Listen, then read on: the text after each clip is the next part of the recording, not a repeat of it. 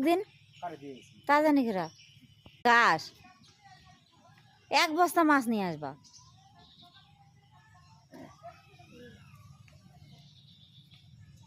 দুইটা খাইয়া গেলে তাও তো খাওয়াও হয় না এখনো।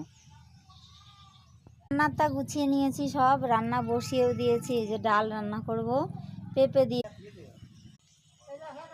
অনুর কাছে ধুয়ে যাম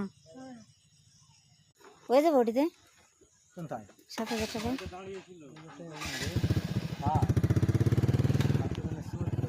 হ্যাঁ হুম চেঁচামেচি করে কোন চলে গেল মাছ ধরতে সেই বেনালির মাঠে। এই দেখো আবার কেউ জানি ফোন করে।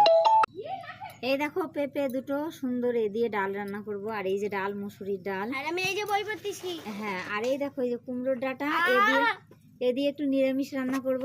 তো এখনকার মতো মিনি ব্লগটা টাটা। কেমন লাগলো